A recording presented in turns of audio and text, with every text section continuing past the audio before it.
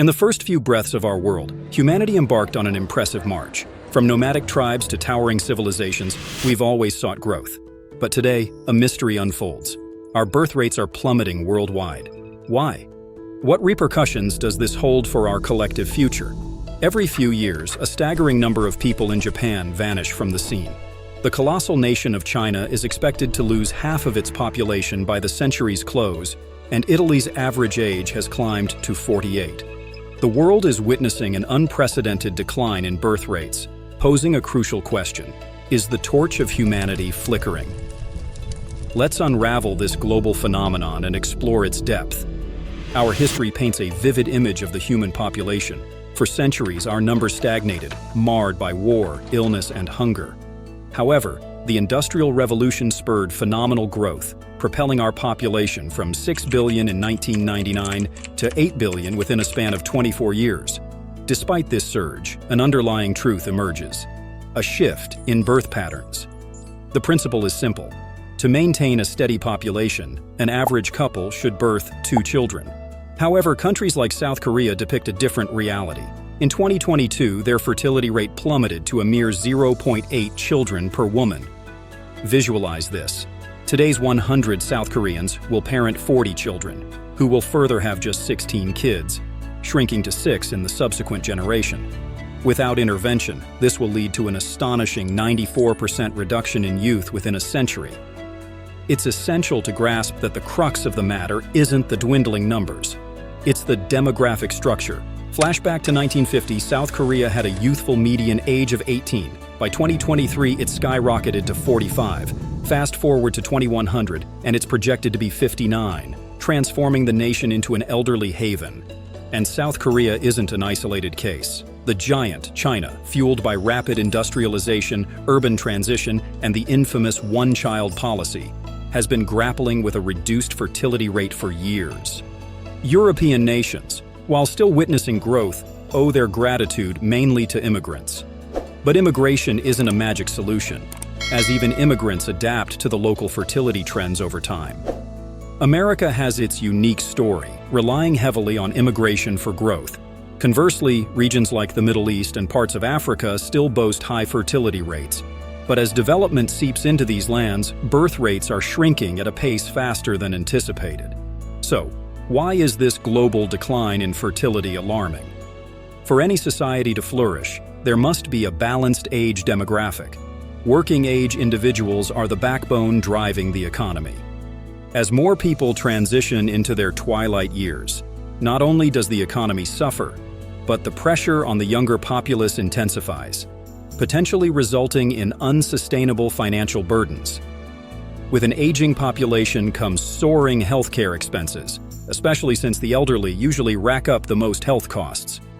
We're already witnessing early signs, with 11 out of 31 Chinese provinces grappling with pension fund deficits.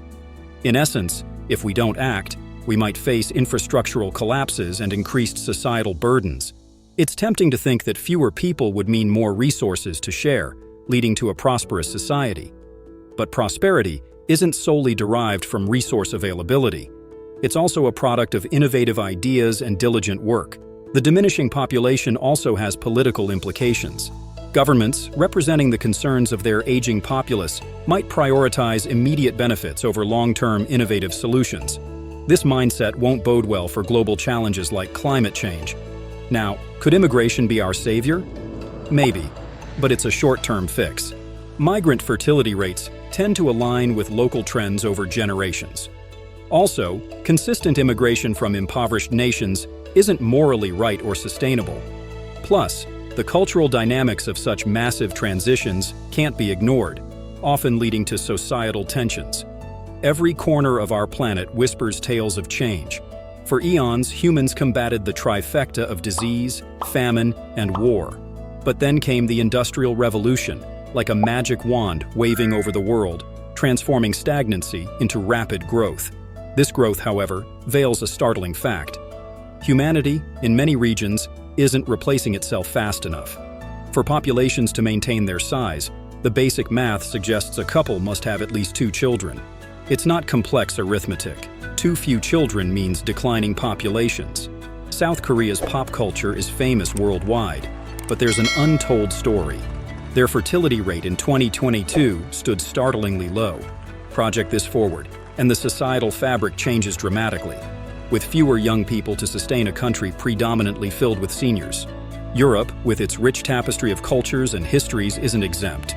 Despite welcoming immigrants, many European nations grapple with the specter of an aging population. Countries like Germany, a powerhouse of Europe, watch as their median age skyrockets.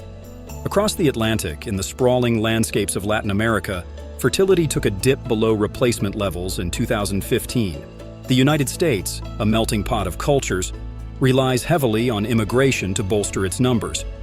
But while many places see drops in fertility rates, regions like the Middle East and parts of Africa remain above the global average. Yet, with development comes an unexpected twist. Even these areas are beginning to see falling birth rates. So, what really happens in an aging society? When there are fewer young shoulders to bear the weight of the economy and care for the elderly, societal mechanisms creak and groan. The math is simple. The elderly tend to consume more in healthcare than they contribute economically. This creates a precarious balance, where the younger generation faces immense pressure to support an infrastructure designed for a larger, younger populace. Now, one might argue, with fewer people, there'd be more resources to go around, right? Unfortunately, societal prosperity isn't about mere numbers. It's about innovation, ideas, and the energy to drive them forward. As we dive deeper into the 21st century, societal structures continue to evolve.